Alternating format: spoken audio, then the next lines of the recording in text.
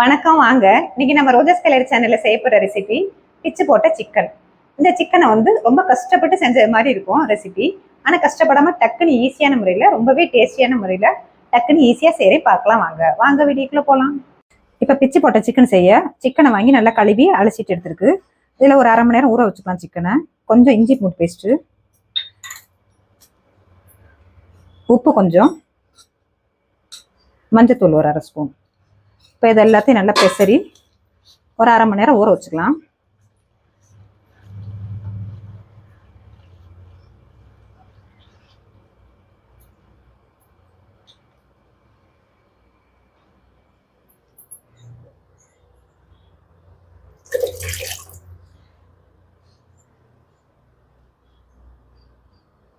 இப்போ அரை மணி நேரம் சிக்கன் நல்லா ஊறிடுச்சு.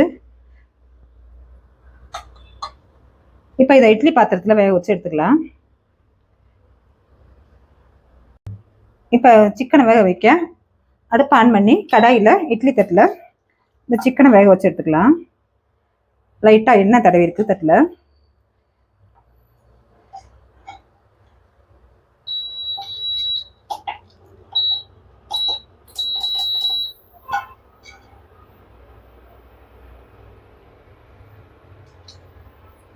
இப்போ இதை 10 நிமிஷம் நல்லா வேக வச்சுக்கலாம். சிக்கனை வேக வச்சு 10 நிமிஷம் ஆயிடுச்சு. அடுப்பு ஆஃப் பண்ணிக்கலாம்.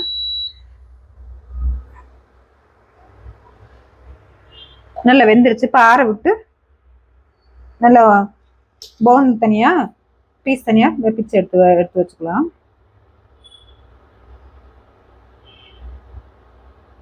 வேக வச்ச சிக்கனை நல்லா பீஸ் தனியாக எலும்பு தனியாக பிச்சு எடுத்து வச்சிருக்கு.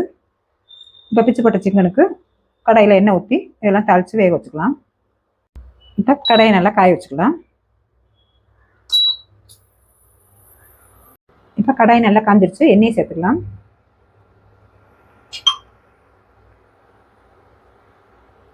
இப்போ வரமிளகா சேர்த்துக்கலாம்.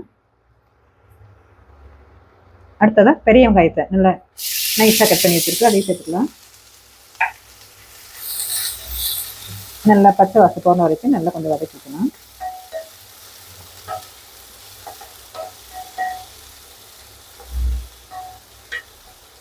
கருவேப்பிலை சேர்த்துக்கலாம்.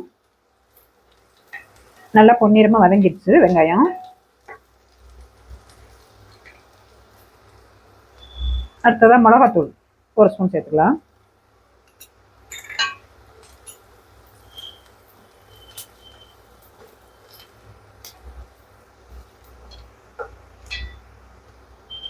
அடுத்ததான் இஞ்சி பூண்டு பேஸ்ட், மஞ்சத்தூள் கொஞ்சம். நல்லா எண்ணெய் பிரிஞ்சு வந்துருச்சு. அடுத்ததாக தக்காளி சேர்த்துக்கலாம். நல்லா பொடியாக பழமாக தக்காளி வாங்கி நறுக்கி கட் பண்ணி வச்சுட்டு நல்லா பச்சை வாசனை போகிற வரைக்கும் நல்லா வதக்கிக்கலாம்.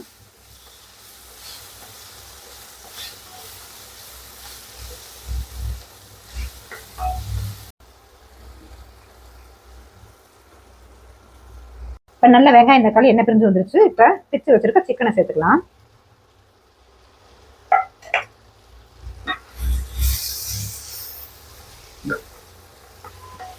எல்லாத்தையும் நல்லா சிக்கனோட வெங்காயம் தக்காளி எல்லாம் நல்லா கிளறி விட்டுக்கலாம். கொஞ்சம் லைட்டாக தண்ணி தெளிச்சு கூட வேக வச்சுக்கோங்க.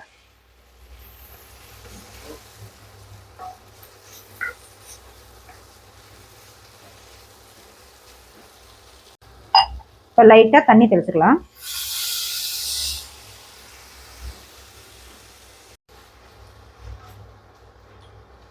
நல்லா முக்கால் பாதம் வந்திருக்கும். லைட்டாக வந்தால் போதும்.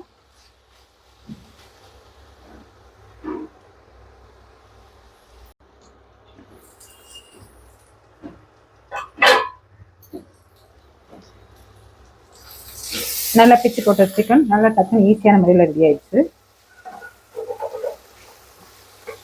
நல்லா மீடியம் ஃப்ளேம்லேயே வச்சுக்கலாம். அடுத்து இப்போ கொஞ்சமாக கரம் மசாலா சேர்த்துக்கலாம்.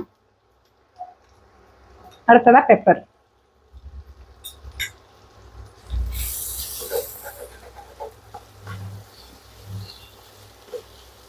நம்ம வீட்டு குட்டீஸ் எல்லாம் விரும்பி சாப்பிடக்கூடிய பிச்சு போட்ட சிக்கன் டக்குன்னு ஈஸியான முறையில் ரெடி ஆயிடுச்சு. டேஸ்ட் ரொம்பவே நல்லாயிருக்கும்.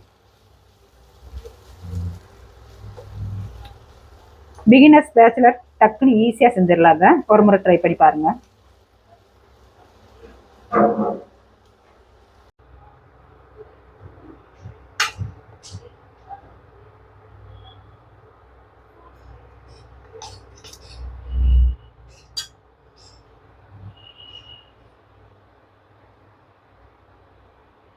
மதுரைக்கு கறி தோசை ஸ்பெஷல் மாதிரி இப்ப செஞ்ச பிச்சு போட்ட சிக்கன் எல்லா ஊருக்குமே ஸ்பெஷலான ரெசிபி.